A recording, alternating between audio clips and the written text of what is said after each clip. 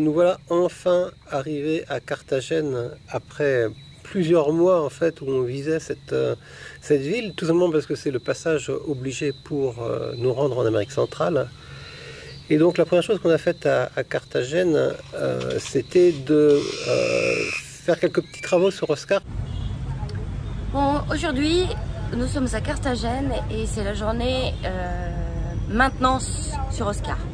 Donc on a deux batteries très fatiguées qu'on essaie de changer. La vidange à faire, enfin plein de petites choses. Surtout on a essayé de régler un problème d'électricité qu'on avait. Nos deux batteries semblaient avoir des problèmes.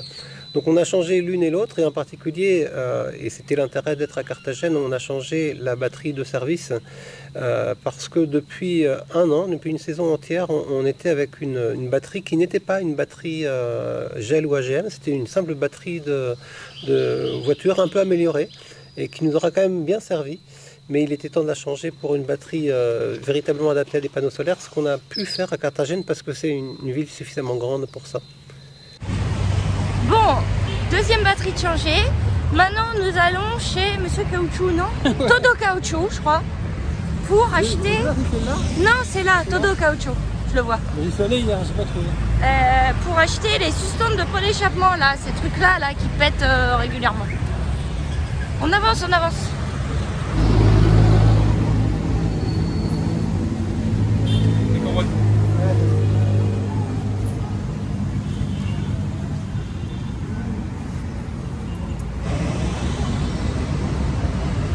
Bon, troisième chose de régler. Maintenant, nous allons aller faire la vidange.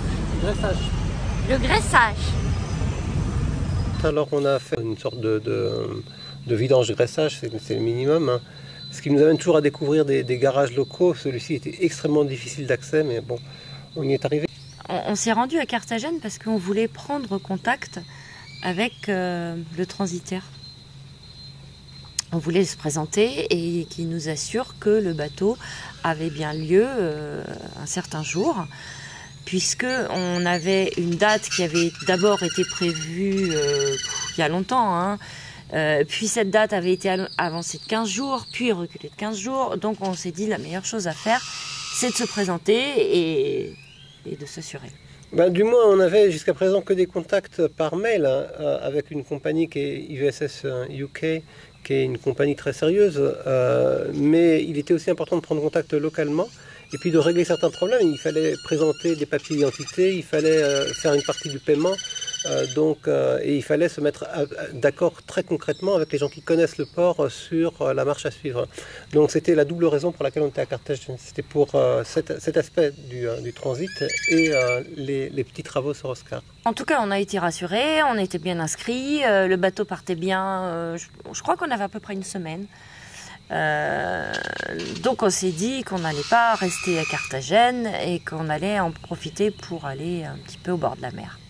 Donc c'était une bonne politique d'arriver quand même à peu près une semaine à l'avance au port, de faire la vérification que tout allait bien, et ça nous redonnait une petite semaine de liberté. Ben là, avec Oscar, avant qu'Oscar soit vraiment bloqué au port, pour faire un petit peu ce qu'on voulait. Du coup, on a fait confiance encore une fois à l'avis de copains qu'on a rencontrés sur la route et qui nous avaient dit beaucoup de bien d'un endroit qui s'appelle Rincón del Mar. Et on est arrivé le soir.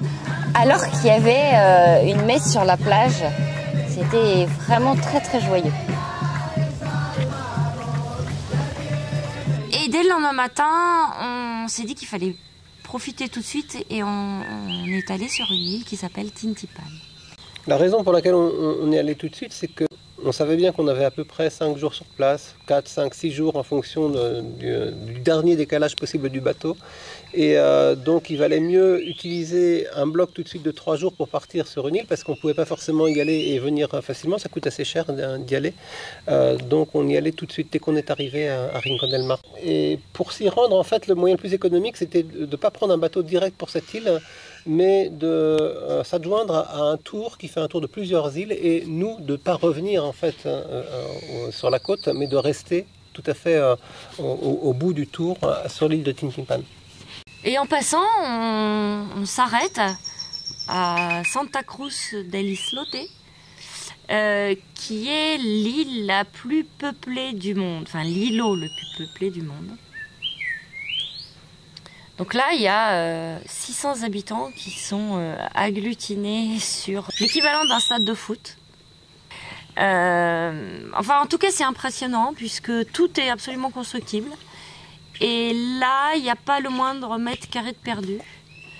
Donc, c'est pas fait pour des gens comme nous qui cherchons la solitude. C'est pire que la Côte d'Azur. Les gens sont vraiment très très proches les uns des autres. Mais ils semblent heureux, ils semblent en paix, je dirais. Il n'y a pas grand chose à faire hein, sur cette île, à part se promener dans les petites ruelles. Il y a seulement 3 boutiques. Il y a une école. Les gens vivent sans électricité, sans eau potable. De temps en temps, les compagnies maritimes leur déposent des bidons d'eau potable. Et depuis peu, il y a des panneaux solaires qui leur permettent d'avoir un peu d'électricité quelques heures par jour. Donc en fait, ils vivent du tourisme hein, parce qu'il faut payer un droit d'entrée pour aller visiter l'île. Mais la plupart d'entre eux travaillent sur les îles, les îlots d'à côté où là il y a des hôtels, donc il y a besoin de personnel. La seule chose à faire en plus de visiter les ruelles, c'est d'aller tout au bout de l'île et là il y a une sorte d'aquarium. Il y a 2 ou 3 bassins dans lesquels on peut plonger, ce que nous on n'a pas fait. Et on peut plonger avec des requins. Le côté surpopulation de l'îlot, il n'est pas entièrement subi, dans le sens où il y a beaucoup d'îlots voisins qui sont libres, et je pense qu'ils pourraient très bien être aménagés. Je crois que c'est la volonté même des habitants de se regrouper, ce sont des pêcheurs pour l'essentiel, et ils doivent avoir de bonnes raisons de préférer vivre comme ça très serré. De toute manière, ils ont de l'espace au sens où ils ont des bateaux, et pendant la journée, en général, ils ne sont pas forcément sur l'île, ils profitent de l'ensemble de l'archipel. C'est juste un regroupement d'habitations, on va dire, qui a l'air très, très surprenant comme ça quand on s'en approche, mais c'est pas non plus une prison. Hein. Ah bah pas du tout, je t'ai dit d'ailleurs, ils sont très heureux d'habiter là. Il n'y a pas de police, puisqu'il n'y a pas du tout de violence, ils vivent en harmonie. Il doit y avoir une logique qui nous échappe un petit peu, où il est intéressant pour les habitants de se regrouper beaucoup sur une île comme ça, avec une très forte densité d'habitation. Ensuite, le tour nous a amené à une île qui s'appelle Mukura, qui est l'île voisine de Tintinpan. On peut hésiter entre ces 2 îles d'ailleurs pour y passer quelques jours. Et nous, on n'avait pas réservé d'hôtel parce que c'est notre façon habituelle de faire. On va sur place, on essaie de voir si on ne peut pas aussi faire économiser aux établissements la commission de booking, par exemple. Et là, on a essayé de trouver un hôtel sur place et on s'est rendu compte que la logique qui prévaut aussi à Tintinpan, c'est que les hôtels ne travaillent qu'avec réservation électronique. Il est même impossible d'accéder à la réception, tout est privé, non, mais barricadé. Là, sur cette île-là, c'était du jamais vu. C'était presque grotesque. On était parqués, en fait. On ne pouvait pas sortir des sentiers battus de 1 mètre. La fille nous rappelait. Donc on a expliqué notre cas. Alors on avait le droit d'aller boire un coup là, mais pas là, il fallait qu'on soit tous regroupés. Donc nous on a dit mais on voudrait aller voir à l'hôtel, donc c'était pas possible. Bon, à force de discuter, elle nous a autorisé. Et arrivé à l'hôtel, on n'a pas pu rentrer dedans. C'était gardé par un gardien. On a dit on veut juste aller à l'accueil. Pour demander si on peut rester. Impossible. Impossible. Mais du coup, on est parti. Connectez-vous par internet. Allez donc à New York pour voir si vous pouvez vous connecter et réserver une chambre. C'est à peu près ça. C'est le 22 à Anir, version locale. Donc c'était un peu irritant parce que l'île se présente avec des sentiers qui sont ouverts, mais on n'a juste pas le droit d'y aller. Et on ne sait pas très bien pourquoi d'ailleurs on n'a pas ce droit-là. Bon, c'est pas grave, on est allé donc plus loin à Tintinpan, qui était de toute manière qui avait notre préférence. Et on s'est arrêté à un petit établissement qui s'appelle Punta Norte, qui est un peu excentré. D'ailleurs, à Tintinpan, on ne peut pas forcément passer d'un hôtel à l'autre autrement qu'en bateau. Donc, on s'est juste fait déposer. Et on est resté là pendant 3 jours. 3 nuits, oui. Bah là, pour moi, c'était vraiment paradisiaque. On est arrivé sur une île, je crois qu'on était 2 ou 3 couples seulement, le sable blanc, les cocotiers, pratiquement pas de moustiques. un calme absolu, lumière turquoise et transparente.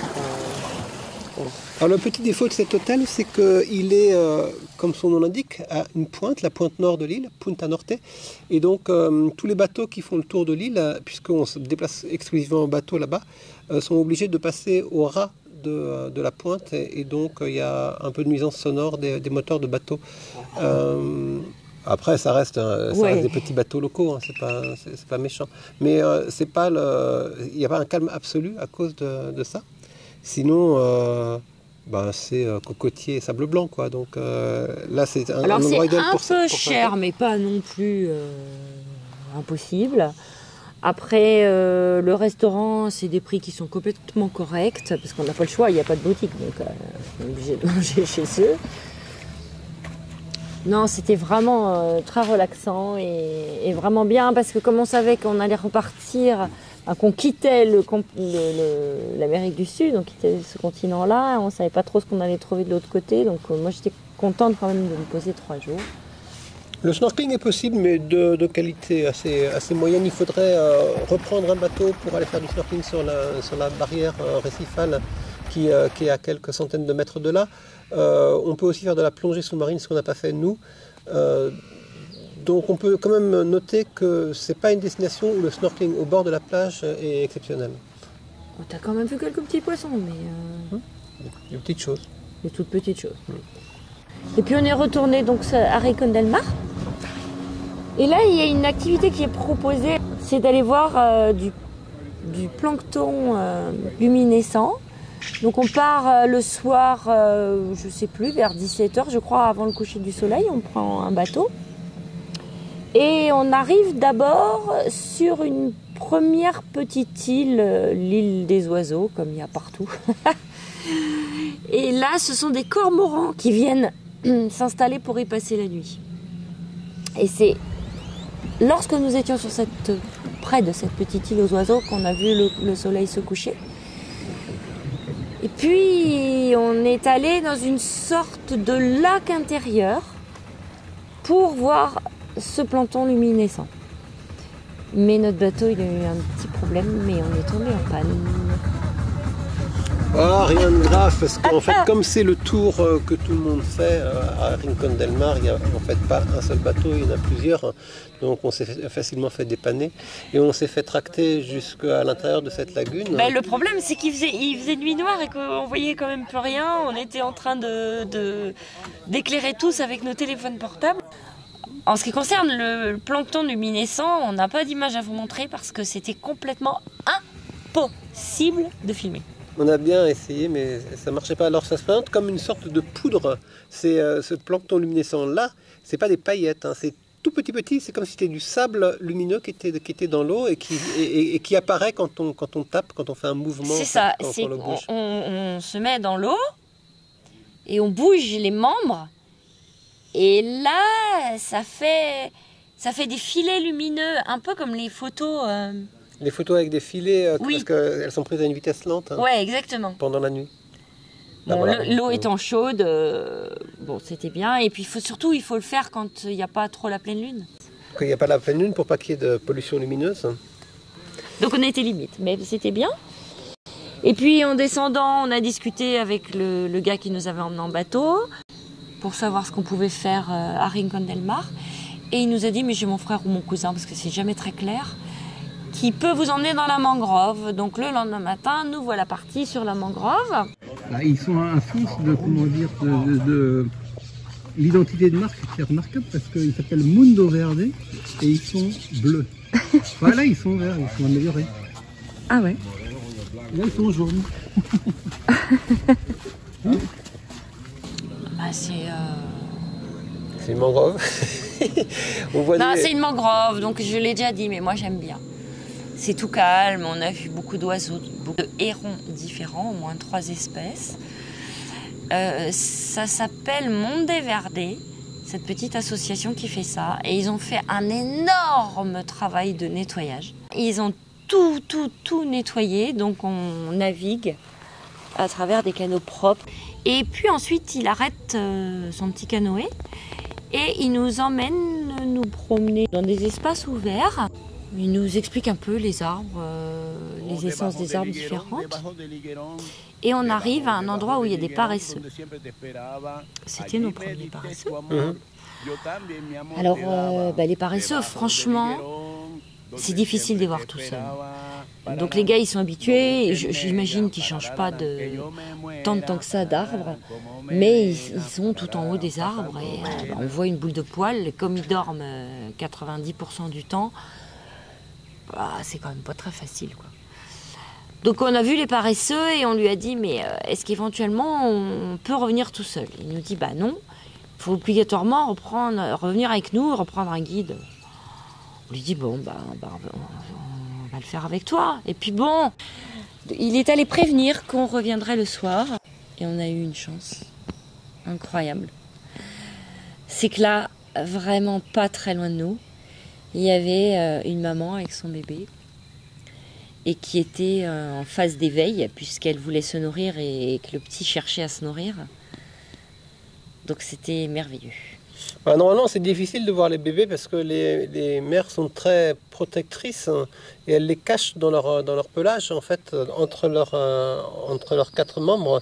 Et donc, s'ils sont toujours cachés dans le giron de la mère, c'est très difficile de les voir, de voir leur forme aussi bien que là, on a pu la voir.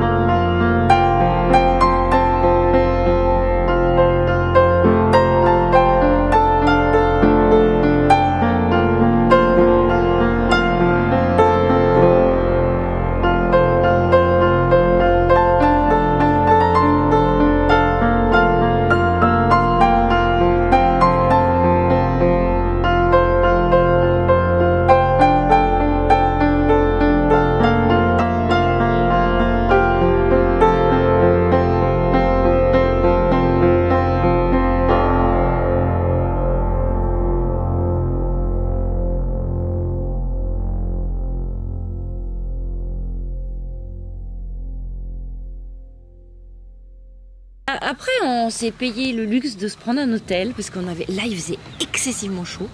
Donc, on avait la clim. Et puis, on s'apprêtait à passer une deuxième nuit dans notre petit hôtel. Moi, je travaillais sur les vidéos. Enfin, on prenait notre temps, c'était bien. Pour un voyage, il faut être flexible. Nous sommes à Rincón del Mar. Nous devions, depuis déjà plusieurs jours, nous devions partir demain matin, mais nous venons de recevoir un message du transitaire qui nous donne rendez-vous demain matin à son bureau à 9h. Donc ni une ni deux, comme on était à l'hôtel, on a rassemblé nos affaires et on s'en va maintenant, sachant qu'il y a quand même un petit peu de route. Bon. Mais dans la prochaine vidéo, on va vous raconter comment Oscar a enfin pu monter sur le bateau. À la semaine prochaine. À la semaine prochaine.